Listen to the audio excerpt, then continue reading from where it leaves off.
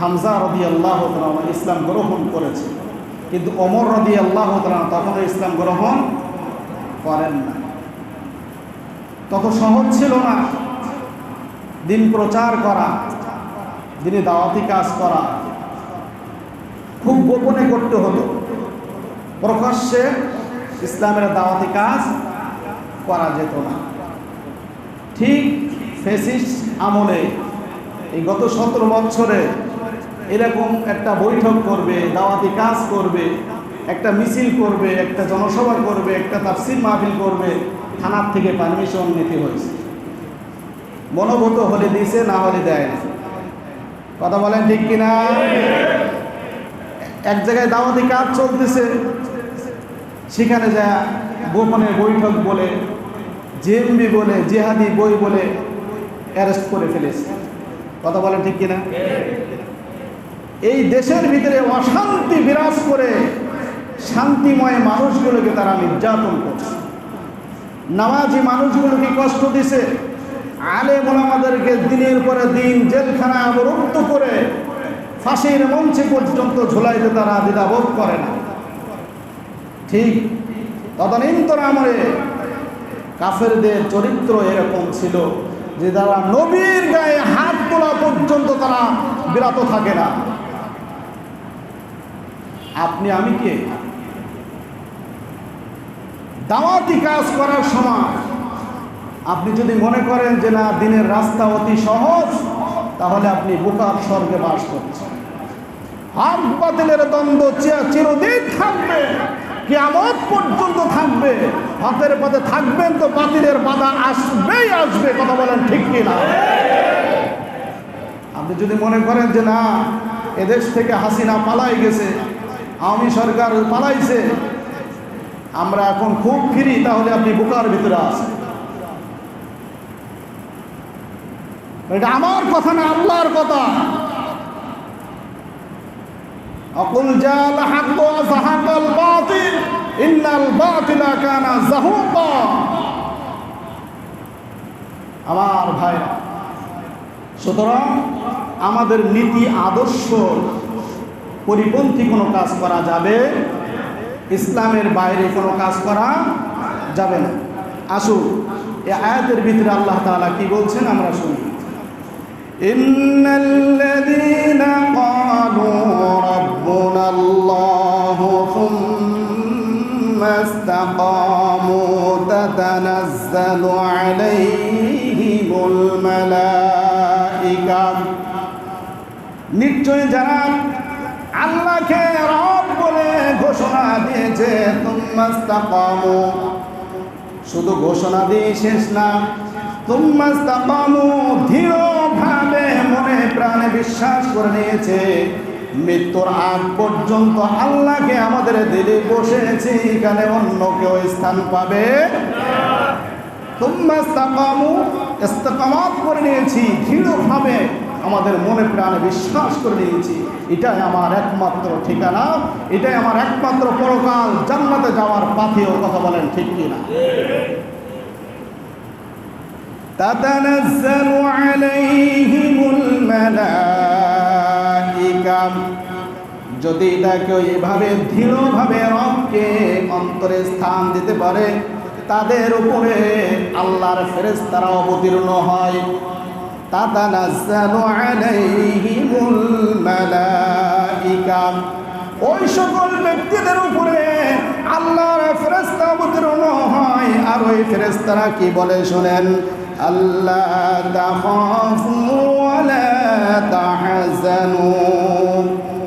তারা বলে এই যে আল্লাহকে তোমরা রব বলে বিশ্বাস করে নিয়েছো এবং মৃত্যু পর্যন্ত তোমাদের এই দিনকে দৃঢ়ভাবে আঁকড়ে ধরার যে প্রতিজ্ঞা তোমরা করেছ, এখানে কিন্তু তোমাদের উপরে ক্ষুধা দিয়ে তোমাদের যন্ত্রণা হবে, ইমানি পরীক্ষা হবে, জ্বালা যন্ত্রণা হবে। এতে করে তোমরা দুঃখিত হয় না, চিন্তিত হয় না। আল্লাহ তাখাফু, ভয় পেও না, ওয়ালা তাহজানু, চিন্তিত হয় না। وأبشروا بالجنة التي كنتم توعدون আওয়াজ দিয়ে বলে আল্লাহু আকবার।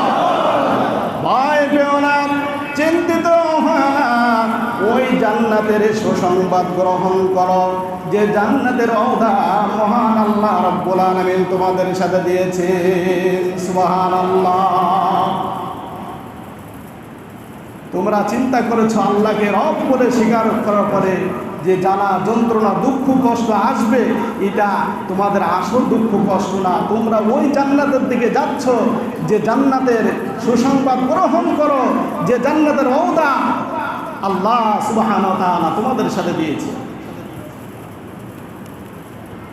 নাহনু আউলিয়াউকুম ফিল হায়াতিদ দুনিয়া ওয়া ফিল আখিরাহ। এরপর আল্লাহ রাব্বুল আলামিন বলেন, আমরা তোমাদের অভিভাবক ফিল হায়াতিদ দুনিয়া, দুনিয়ার জীবনে তোমাদের অভিভাবক আমরা, ওয়া ফিল আখিরাহ, এবং আখিরাত জীবনেও তোমাদের অভিভাবকত্ব করব আমরা। সুবহানাল্লাহ। তোমাদের কোনো ভয় নাই, কোনো চিন্তাও নাই। নুজুলান ওয়ালাকুম ফিহা মা তাশতাহি আনফুসুকুম। যেহেতু আল্লাহ রাব্বুল আলামিন যদি আমাদের অভিভাবক হয়ে যায়, এই দুনিয়ার জীবনে যদি ফেরেশতারা আমাদের সাহায্যের জন্য আল্লাহ তাআলা পাঠায়, আমাদের কোনো ভয় আছে নাকি? আওয়াজ দিয়ে বলেন, ভয় আছে নাকি? আল্লাহ রাব্বুল আলামিন বলেন, ওয়ালাকুম ফিহা মা তাশতাহি আনফুসুকুম ওয়ালাকুম ফিহা মা তাদউন। তোমরা জান্নাতের ভিতরে তোমাদের মনে যা চাইবে, ওয়ালাকুম ফিহা মা তাশতাহি আনফুসুকুম, তোমাদের নফসে যা চাইবে জান্নাতের ভিতরে তোমাদেরকে তাই দেওয়া হবে। সুবহানাল্লাহ বলবেন না? জান্নাতে যেতে চান সবাই? চান? মাগনায় যাবে? হ্যাঁ, আরে জান্নাতের কাজ তো করতে হবে, কথা বলে ঠিক কিনা? ওয়ালাকুম ফিহা মা তাশতাহি আনফুসুকুম, জান্নাতের ভিতরে তোমাদের মন যা চাইবে তোমরা তাই পাবে। ওয়ালাকুম ফিহা মা তাদউন, শুধু মনে চাইবেই যে সেটা পাবেন তা না। আল্লাহ বলছে তোমরা যা দাবি করো, যে আল্লাহ আমার এইটা দরকার, আল্লাহ বলছে তাদউন, যা দাবি করবে আমি আল্লাহ তাই তোমাদেরকে দিয়ে দিব। বলি সুবহানাল্লাহ। নুজুলাম মিন গফুরির রহিম, এটা থাকবে পরম করুণাময় অসীম দয়ালু আল্লাহর পক্ষ থেকে জান্নাতি ব্যক্তিদের জন্য মেহমানদারি। বলি সুবহানাল্লাহ। এটা জান্নাতি ব্যক্তিদের জন্য আল্লাহর পক্ষ থেকে এটা মেহমানদারি থাকবেন মাত্র। এরপরে আল্লাহ রাব্বুল আলামিন বলেন, ওয়ামান আহসানু কাওলাম মিম্মান দাআ ইলাল্লাহ ওয়া আমিলা সালিহান ওয়া ক্বালা ইন্নানি মিনাল মুসলিমিন। ওই ব্যক্তির চেয়ে কার কথা অধিক উত্তম যে তার রবের পদে মানুষদেরকে আহ্বান করে, ওয়া আমিলা সালিহা, এবং সে নিজেও আমলে সলিহা করে, ওয়া ক্বালা ইন্নানি মিনাল মুসলিমিন, এবং সে বলে যে আমি মুসলমানদের একজন, নিজেকে আত্মসমর্পণকারী স্যালেন্ডারকারীদের ভিতরে আমি একজন। সুবহানাল্লাহ। আমার ভাই, এজন্য আমরা আজকের আয়াত থেকে, তেলাওয়াতকৃত আয়াত থেকে আমরা এই শিক্ষা অর্জন করি যে আমাদের রব একমাত্র। আওয়াজ দিয়ে বলেন, আরো আওয়াজ দিয়ে বলেন, কে? আমরা বিশ্বাস করে নিয়েছি। দৃঢ়ভাবে এবং মরণ পর্যন্ত আল্লাহর এই আনিত বিধানকে মেনে নেওয়ার সংকল্প আমরা করেছি। কথা বলেন ঠিক কিনা? 2 নম্বর শিক্ষা হলো মানুষকে আল্লাহর পথে আহ্বান করব, দ্বীনের পথে আহ্বান করব, ইসলামের পথে আকৃষ্ট করব, দাওয়াত দিব, এবং শুধু যে দিব তা না, নিজেরাও ওয়ামিলা সলিহা, আমলে সলিহা করব। পারব তো ইনশাআল্লাহ? ওয়াকালা ইন্নানি মিনাল মুসলিমিন, এবং আমি যে সারেন্ডার করলাম, ইসলামের কাছে আত্মসমর্পণ করলাম, শয়তান কি বসে থাকবে? বললেন এই শয়তান হলো আমাদের প্রকাশ্য শত্রু। শয়তানের ষড়যন্ত্র থেকে বাঁচার জন্য আল্লাহ সুবহানাহু ওয়া তাআলার কাছে আশ্রয় প্রার্থনা করতে হবে। পারবো তো ইনশাআল্লাহ? তাহলে 1 নম্বরের শিক্ষা হলো আল্লাহকে দৃঢ়ভাবে বিশ্বাস করে নেওয়া।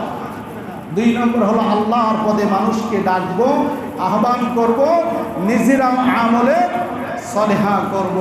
3 নম্বর শিক্ষা হলো শয়তান হলো আমাদের প্রকাশ্য শত্রু। ওই শয়তানের কুচক্র থেকে, কুমন্ত্রণা থেকে, শয়তানের আক্রমণ থেকে বাঁচার জন্য প্রার্থনা করব কার কাছে? আল্লাহর কাছে। আল্লাহ যেন আমাদেরকে তৌফিক দান করেন, বলেন আমিন। আমার ভাই, আমরা সমবেত কণ্ঠে আল্লাহ সুবহানাহু ওয়া তাআলার দরবারে আজ এই পবিত্র জুমার দিন সর্বপ্রথম সেই মহান মনিবের দরবারে শুকরিয়া আদায় করছি, যিনি আমাদেরকে একটি জুমার পর আবার আরেকটি জুমার নামাজে আসার, বসার, কোরআন ও হাদিসের কিছু কথা বলার এবং শ্রবণ করার তৌফিক যিনি দান করেছেন, সেই মহান মনিবের দরবারে শুকরিয়া আদায় করে পড়ে দিচ্ছি আলহামদুলিল্লাহ। আমরা যে সকলের আগে মসজিদে আসতে পেরেছি, এই জন্য খুশি না বেজার? খুশির আওয়াজ দিয়ে আর একবার বলি আলহামদুলিল্লাহ। লক্ষ কোটি দরুদ ও সালাম মানবতার মুক্তির দিশারি নবী কুল শিরোমণি, নবীদের নবী, বিশ্ব নবীর পদে আমরা দরুদ পড়ে নিচ্ছি সাল্লাল্লাহু আলাইহি ওয়াসাল্লাম। আত্মার মাগফিরাত কামনা করি।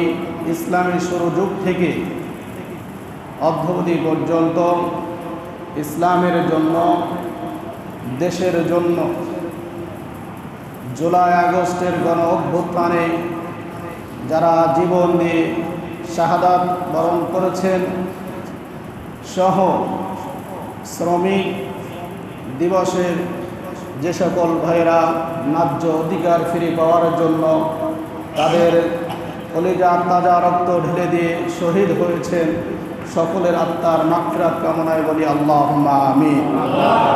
সকল শহীদদের আল্লাহ তাআলা শাহাদাতের সুউচ্চ মর্যাদা নসিব করুক, বলেন আমিন।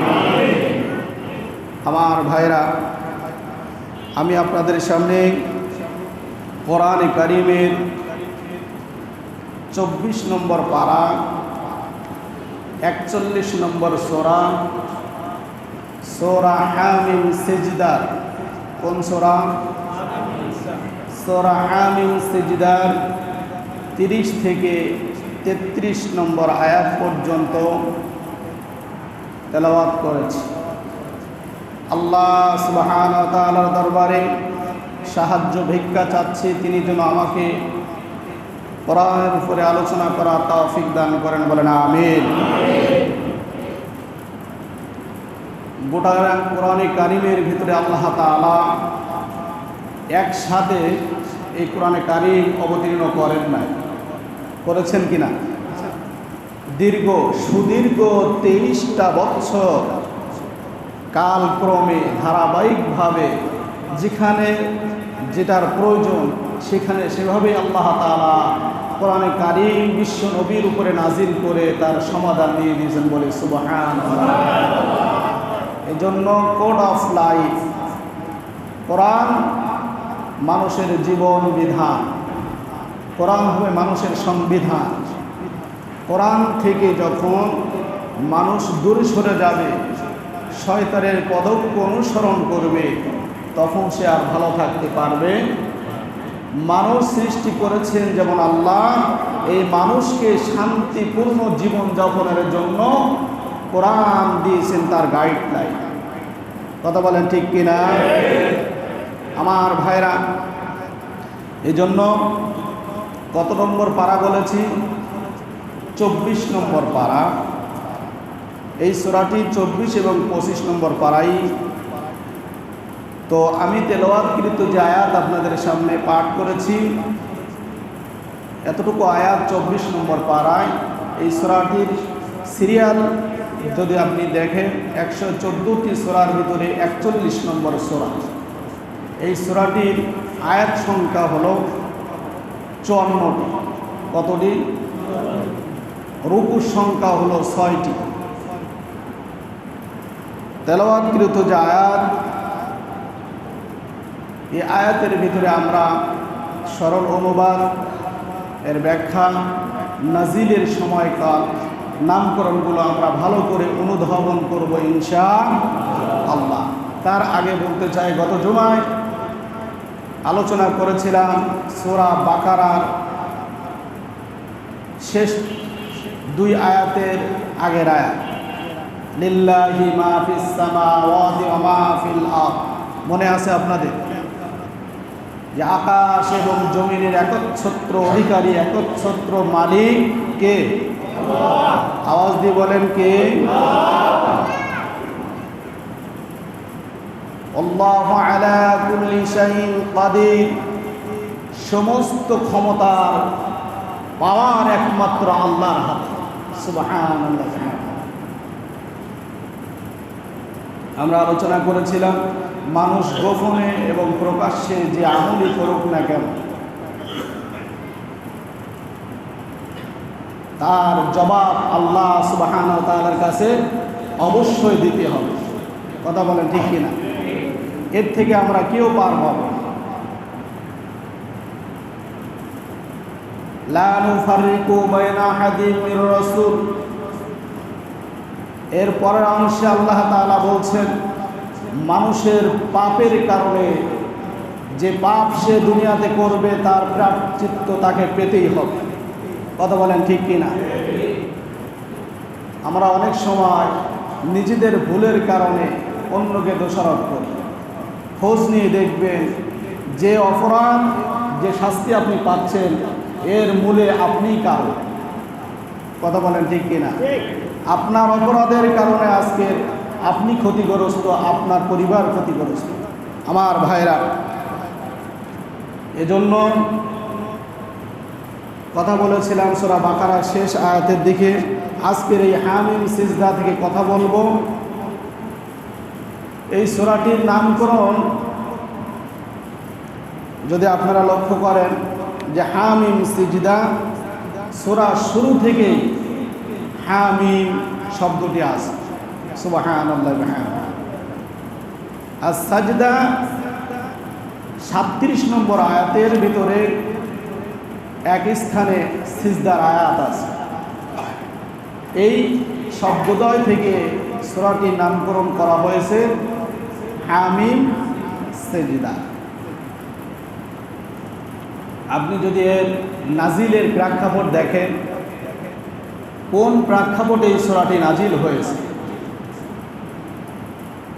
কারণ একটা সময় ছিল হযরত আবু বকর, হযরত ওমর, হযরত আলী রাদিয়াল্লাহু তাআলা আনহুম হাদিসের ব্যাখ্যায় বলেছেন, এই আয়াতের ব্যাখ্যায় বলেছেন যে ইন্নাল্লাযীনা ক্বালু রাব্বুনাল্লাহ সুম্মা ইসতাকামু,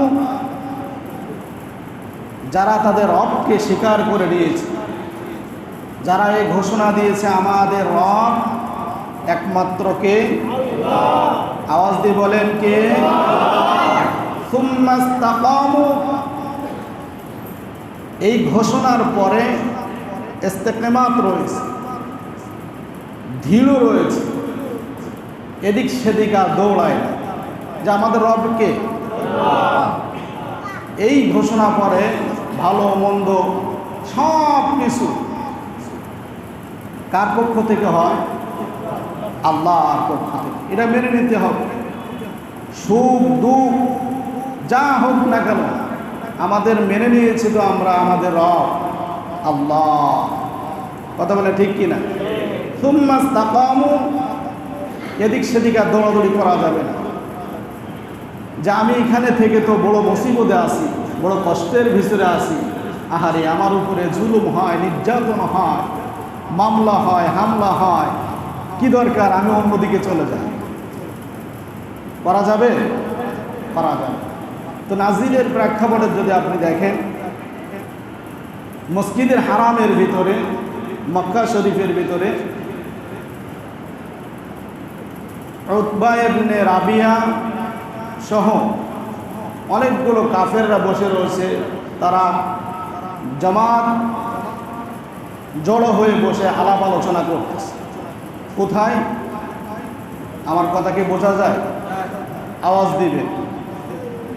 মসজিদে হারামের ভিতরে বাইতুল্লাহ শরীফে কাফেররা বসে কি করছে?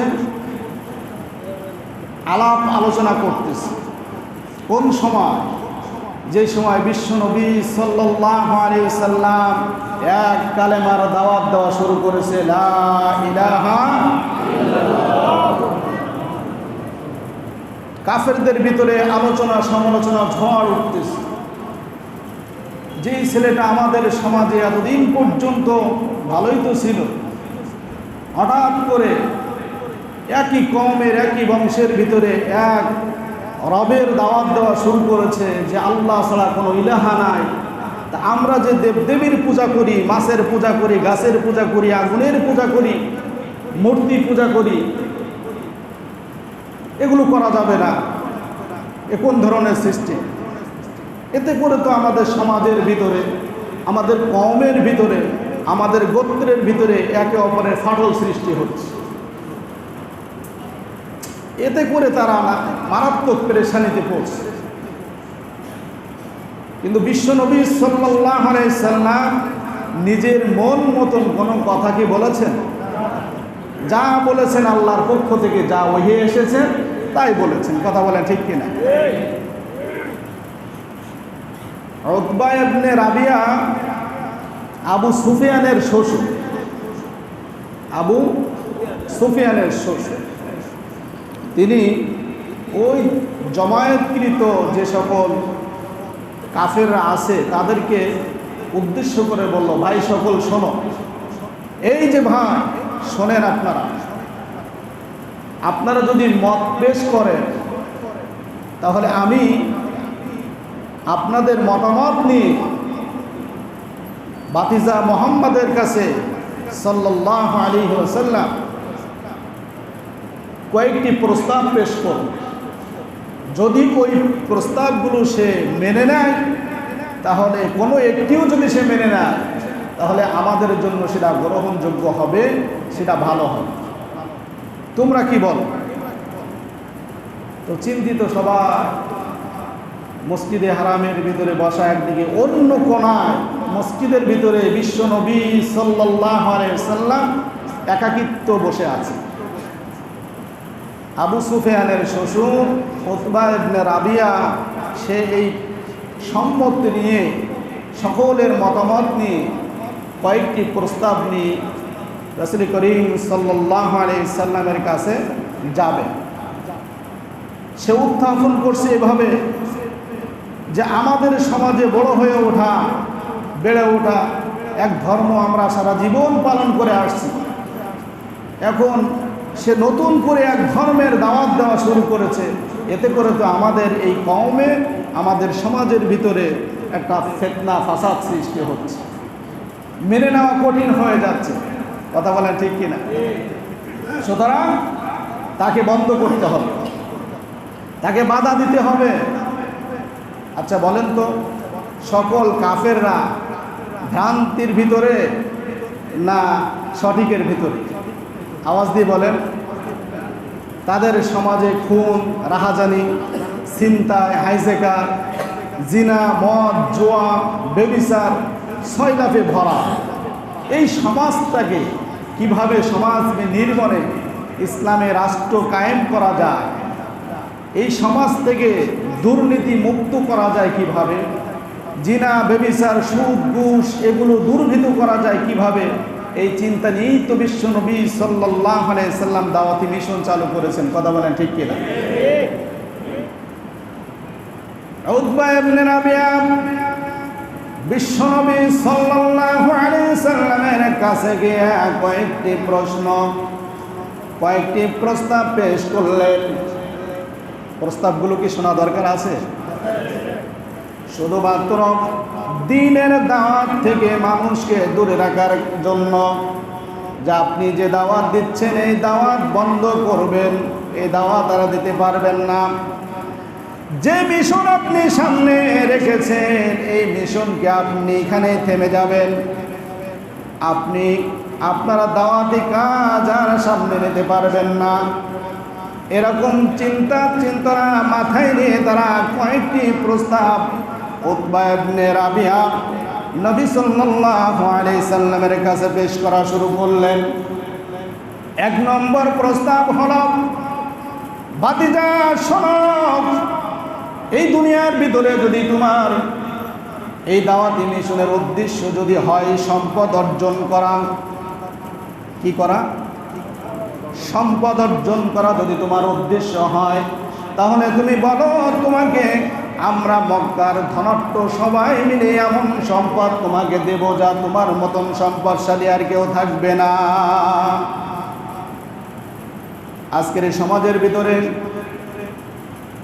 অনেক ভালো ভালো মানুষ আমরা দেখেছি যারা মিডিয়ার সামনে এসে এক কথা বলে, পিছনে তাকে দেখলে দেখা যায় কালো সম্পদের অভাব নাই তাদের কাছে। কথা বলেন ঠিক কিনা? সুতরাং তারা তাদের নীতির কাছে, তাদের আদর্শর কাছে তারা বিক্রি হয়ে গেছে। কথা বলেন ঠিক কিনা?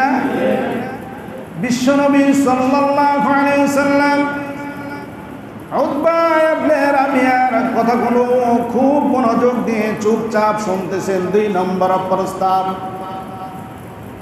যদি তোমার সমাজের ভিতরে মাকাম চাও, তোমার সম্মান মর্যাদা চাও, তাহলে তুমি বলো তোমার বিচার ফয়সালা ছাড়া আমরা তোমার বিচার ফয়সালা ছাড়া কেউ সামনে অগ্রসর হব না। 3 নম্বর প্রস্তাব হলো, মুহাম্মদ ও ভাতিজা শোনো, যদি তুমি মাতবাড়ি চাও, বাদশাহিত্ব চাও, তোমাকে মক্কার বাদশাহ বানিয়ে দিব। কথাগুলো গভীর মনোযোগ দিয়ে শোনেন। কত ধরনের প্রস্তাব দিচ্ছে, কি সুবিধা! শুধু দিন থেকে দূরে রাখার জন্য, দিনের দাওয়াত থেকে সরানোর জন্য কত ভয়ঙ্কর প্রস্তাব তারা পেশ করতেছে। ভাতিজা শোনো, যদি তুমি বাদশাহী চাও তাহলে মক্কার বাদশাহিত্ব তোমাকে দিয়ে দিব। এরপরে 4 নম্বর প্রস্তাব হলো, যদি তোমাকে কোনো জিনি ধরে, কারণ তারা একে অপরে আলোচনা করতেছে যে মুহাম্মাদের মনে হয় যিনি ধরেছে সে জাদুকর হয়ে গেছে, গণক হয়ে গেছে, কবি হয়েছে, বলে নাউজুবিল্লাহ। কারণ এইরকম বাণী মর্মস্পর্শী, হৃদয় স্পর্শী বাণী তো আগে কখনো শোনে না। যেই শোনে সেই পাগল পারা হয়ে যায়, সেই মুহাম্মদ সাল্লাল্লাহু আলাইহি সাল্লামের প্রেমে পড়ে যায়, ভালোবাসা আসক্ত হয়ে যায়। তো এটা তারা জাদু মনে করতেছে বা কোনো জিনি ধরছে মনে করছে। উতবা ইবনে রাবিয়া 4 নম্বর প্রস্তাব পেশ করেছে, ভাতিজা যদি তোমাকে কোনো জিনি ধরে তাহলে আমাদেরকে বলো, আমরা মক্কার বড় বড় চিকিৎসক যারা আছে তাদের দ্বারা তোমাকে ট্রিটমেন্টের ব্যবস্থা করব। 5 নম্বর প্রস্তাব, ভাতিজা শোনো, যদি তোমার এই দাওয়াতি মিশনের উদ্দেশ্য থাকে যে সুন্দরী নারী তোমার প্রয়োজন, এই আরবের ভিতরে সবচেয়ে সুন্দরী নারীর ব্যবস্থা আমরা তোমাকে করে দিব। বিশ্বনবী সাল্লাল্লাহু আলাইহি ওয়াসাল্লাম কথাগুলো খুব মনোযোগ দিয়ে গভীরভাবে শুনছিলেন। শোনার পরে বিশ্বনবী সাল্লাল্লাহু আলাইহি ওয়াসাল্লামের পরে বললেন, ঠিক আছে, আপনার কথা যদি শেষ হয় তাহলে আপনি এবার আমার কথা শ্রবণ করুন। বিশ্বনবী সাল্লাল্লাহু আলাইহি ওয়াসাল্লাম বিসমিল্লাহির রহমানির রহিম বলে সূরা হামিম সিজদা পড়তে পড়তে 38 নম্বর আয়াত পর্যন্ত যখন পড়েছেন, পড়ে যখন সিজদার আয়াত সামনে এসেছে, সিজদা দিয়ে মাথা উঠে বললেন, চাচা আমার জবাব অবশ্যই তুমি পেয়েছো। এই হামিম সিজদা শুরু থেকে 38 নম্বর আয়াত পর্যন্ত পড়েই যখন 37 নম্বর আয়াতের মাঝখানে সিজদার আয়াত পড়েছে, শেষ করে যখন সিজদা দিয়ে বললেন, চাচা আমার এই সকল প্রস্তাবের প্রশ্নের জবাব অবশ্যই আপনি পেয়েছেন।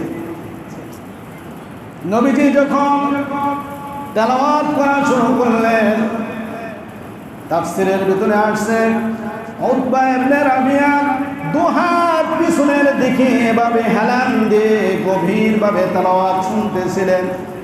কোরআনে কারীমের এই তেলাওয়াতগুলো শোনার পরে যখন উতবা ইবনে রাবিয়া ওই সকল বসে থাকা জড়ো হওয়া কাফের সদস্যদের কাছে যখন যাচ্ছিলেন, তখন একে অপরে বলা বলি করা শুরু করলো, আহারে কাজ মনে হয় হলো না। কারণ উতবা ইবনে রাবিয়ার যে হাজুরটা চেহারা নিয়ে গিয়েছিল মুহাম্মাদের কাছে, আসার সময় তো আমরা তার সেই চেহারা দেখছি না, কাজ মনে হয়। কি ব্যাপার, কি প্রস্তাব দিলা, কি কাজ হলো? উতবা ইবনে রাবিয়া বলে, শোনো, আমি নিজে কানে যা শুনেছি, আমি নিজে কানে যা শুনেছি তা থেকে আমি বলতে পারি মুহাম্মাদের বানানো রচনা করা কোনো কথা নয়। আল্লাহু আকবার। কোনো কবির কথা নয়, কোনো জাদুবিদ্যা নয়, তিনি যা বলেছেন সব সত্য। তার দিন একদিন না একদিন বিজয় হবে। সুবহানাল্লাহ। তার দিন একদিন না একদিন বিজয় হবে। তার সদস্যরা বলল, বুঝছি মুহাম্মাদের জাদু তোমাকে আকৃষ্ট করছে, তোমাকে যে পাঠাইছিলাম তার জাদু তোমাকেও গ্রাস করছে। বলছে, শোনো, যা সত্য আমি তাই বলেছি, এবার তোমাদের যা ইচ্ছা তোমরা তাই করো, যা ইচ্ছা তোমরা তাই করো। আমার ভাইরা, এরকম দিনে হযরত আলী রাদিয়াল্লাহু তাআলা আনহু এই সূরাটা কিন্তু যখন নাজিল হয়েছে তখন হযরত